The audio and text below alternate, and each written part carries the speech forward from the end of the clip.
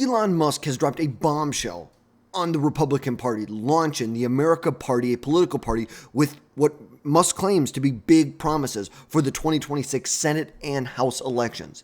But this early move by Elon Musk in the America Party will spell disaster for the GOP. It will hand Democrats a major advantage in the 2026 midterms. Look at the House races. Look at the 2026 Senate races.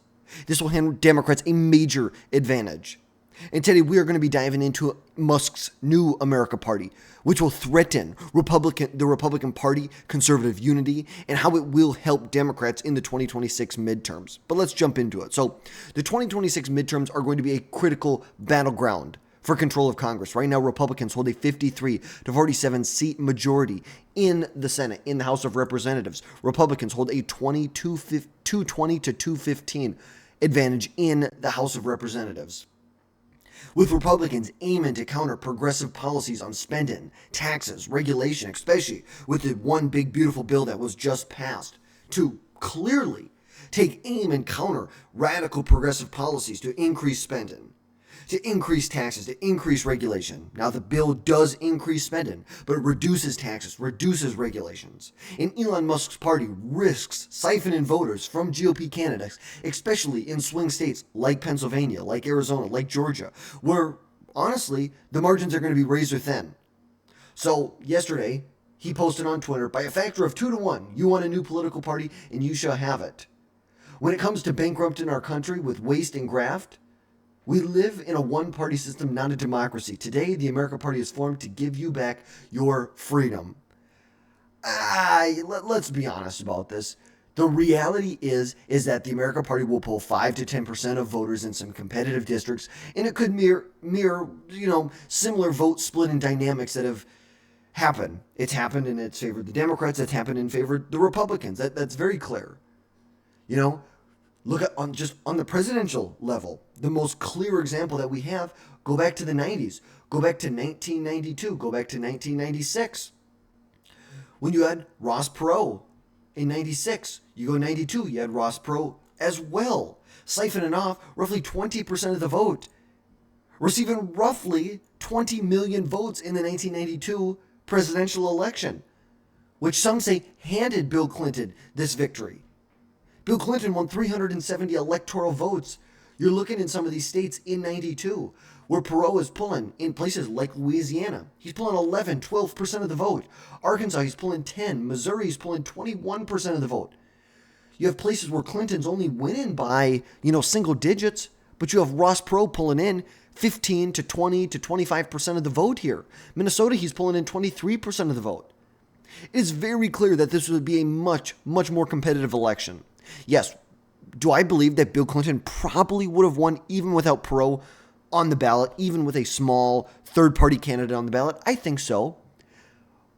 But there's no way he would win a 370-vote electoral victory landslide. It just wouldn't happen.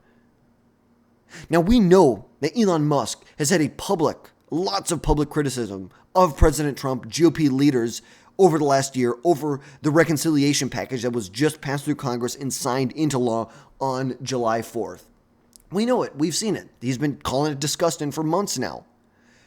But this has alienated core Republican voters who see him as divisive and hurting the Republican Party right now.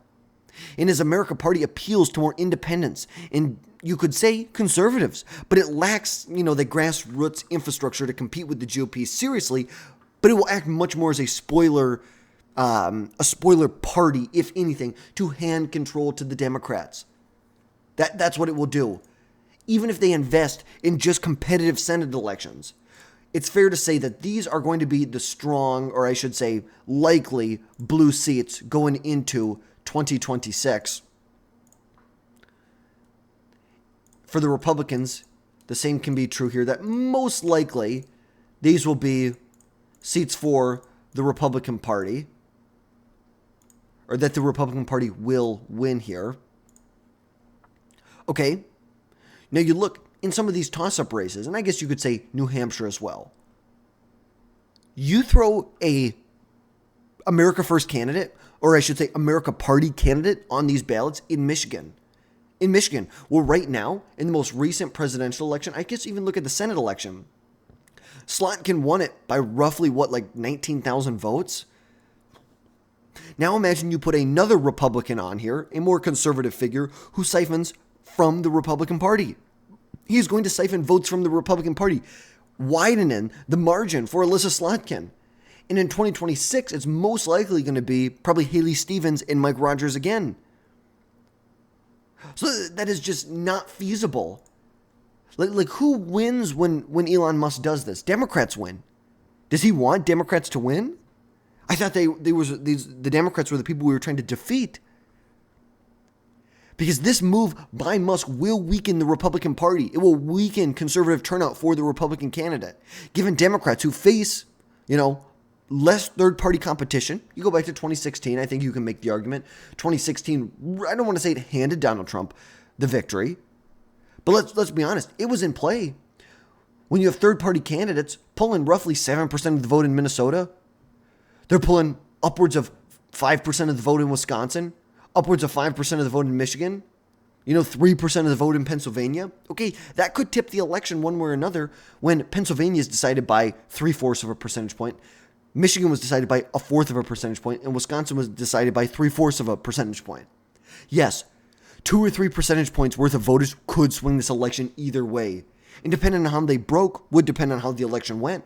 But ultimately, they decided to vote for a third party, and that allowed Donald Trump, that allowed him to get this victory. Even though he doesn't get 50% of the vote, he can win with 48% of the vote. That's what was so amazing about this. But in every way that it was amazing in 2020 or 2016, it will hurt Republicans in 2026 if there are strong independents who lean more on the conservative side. It will hurt the Republican Party. And Democrats are already ready to capitalize on this GOP infighting. They're gleeful that Musk is moving to dilute Republican strength in certain states, especially competitive states, on the Senate side, like Georgia, like North Carolina, like Michigan, like Maine. They're very happy for, even look at places like New Hampshire. Look at places like Minnesota, who some say could have been in play. If you have another Republican who's siphoning off votes here, it's over for the Republican Party. Musk's gamble will empower progressive policies like higher taxes, like expanded government overreach. Democrats will secure seats in battleground states if the American Party draws enough conservative voters away from GOP candidates. You look on the House side. This is where it could really get interesting. Going to California, look at these competitive House districts that Democrats control, or even that Republicans control right now. Very, very competitive House districts in California. Go into Colorado, where you have Will Hurd. You have Gabe Evans. Very, very competitive races. You go to Pennsylvania, you have a number of competitive races here. Derek Van Orden in Wisconsin. Mariette Miller Meeks in Iowa. These are all Republicans that will be hurt. They will all be hurt if there is a conservative figure on the ballot, a third-party conservative on the ballot. And now we know that third parties in the U.S. have historically struggled to win any major elections. They just haven't. Due to winner-take-all systems, but they've acted as spoilers. Like we said, most famously, 1992, Ross Perot, Bill Clinton, and George H.W. Bush. He won 20% of the popular vote, no electoral votes, but splitted the conservative vote, which helped Bill Clinton defeat George H.W. Bush. That's the reality. You move forward to 2000, when you have Ralph Nader in his Green Party pulled roughly 2% of the vote. He pulled 2% of the vote, but in Florida, look at this. In a state that was won by Republicans, here by roughly, 500 votes? You have 500 votes that split them up, and you're telling me you have a third-party candidate that's pulling in 1.5 points here. Even small third-party efforts can swing tight races like this. And we should learn from this. And Musk should pull his head out of his ass right now and stop messing around. The America Party, I don't even want to call it that, Elon Musk's party, will attract voters frustrated with the GOP, but will risk repeating history by splitting center-right voters. That's the reality. Because since, 1980, less than 1% of all votes casted have gone to independents in House races. But the reality is that 1% can change a race. It can. Elon Musk's pitch of the America Party as a voice for the 80% in the middle. It may be a platform for them, but is more focused on buzzwords on social media than actual policy, than actually being able to legislate at the end of the day. And center-right voters expect detailed plans on cut and spending, deregulation, not just vague rhetoric from a billionaire who's benefited from government subsidies from Tesla and SpaceX. I'm sorry you're mad that we're cutting some of your government subsidies. I'm sorry. Sorry. But you were not the one who was you were not the one who was elected to make this policy. 75 million people were elected. I think it was actually closer to 77 million people elected Donald Trump to do that for them. And although Musk has hinted at running candidates in the 2026 midterms or building out maybe a national party in under 2 years for 2028, that's a tall order. And you're going to do nothing but hand this to the Democrats. That's all you're going to do. Elon Musk's America First or America Party is risky. It will fracture the conservative voter and hand Democrats a massive win in the 2026 midterms. And history shows that third parties like this party rarely succeed, but often spoil elections. And Musk's vague platform and personal feuds only heighten the danger for conservatives. Conservative and Republican voters need to unify and push for fiscal discipline. I agree. Was this one big beautiful bill the best bill ever? No. Did it have a lot of good things in it? Money for a border wall. Putting work requirements on Medicaid. This is the first time we have seen serious restructuring of our entitlement and safety net programs since the 90s, since Bill Clinton was president. We have not seen this in decades. Massive money for immigration. Massive money for a wall. It only took Trump 10 years, but he's getting a wall on our southern border. $45 million. You want to talk about all of the tax cuts that we are getting. The Trump 2017 tax cuts are now permanent. Permanent corporate tax rates at 21%.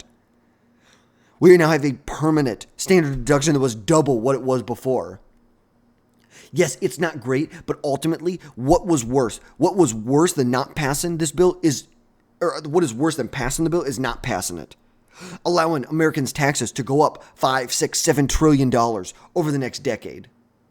But let me know, what are your thoughts? Do you think Musk's America Party will shake up the 2026 midterms, or is it a recipe for conservative defeat? Drop your thoughts down below in the comments, and as always, drop down below, hit that subscribe button, make sure you never miss another video from us again in the future, and folks, we will catch you next time.